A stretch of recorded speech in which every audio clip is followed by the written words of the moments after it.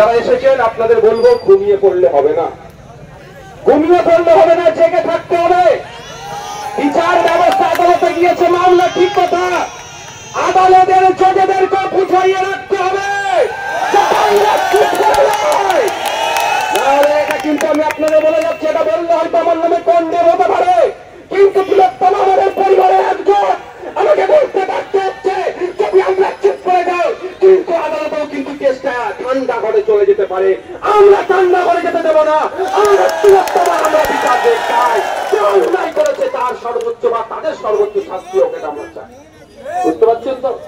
ওনারে ঠান্ডা ঘরে পাঠিয়ে দেবে, বুঝতে পারছেন কি বলছি? যারা এসেছেন শান্তিপূর্ণ ভাবে, আপনারা এখান থেকে শান্তিপূর্ণ ভাবে আপনারা প্রস্থান করবেন। কারো প্ররোচনায় পা দেওয়ার দরকার নাই।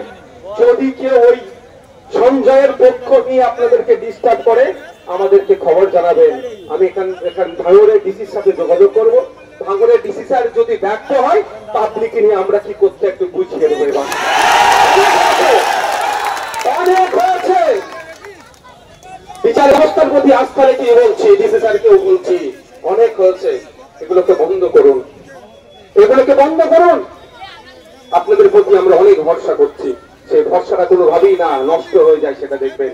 রক্তদান শিবির করে মানুষের সাথে সম্পর্ক তৈরি করছেন, করুন না আপনারা, ডাক দিন না নিরপেক্ষ ভাবে। ভাঙড়ের মানুষ রক্তদান শিবির করে আজকে পশ্চিমবাংলা রেকর্ড করে রেখে দিয়েছে। নিরপেক্ষতা বজায় রেখে কাজ করুন না।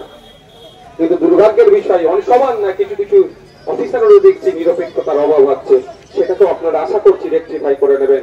আমি পরিশেষে বলবো, যারা আজকের এই আমাদের মিছিলে হাঁটলেন, পুলিশ বন্ধুরা যারা আমাদেরকে সহযোগিতা করলেন, প্রত্যেককে আমি আমাদের পক্ষ থেকে ধন্যবাদ জানাচ্ছি এবং আপনাদেরকে ধীরে এখান থেকে প্রস্থান করার জন্য বলছি। আজকের এই প্রোগ্রাম এখানেই সমাপ্ত হলো।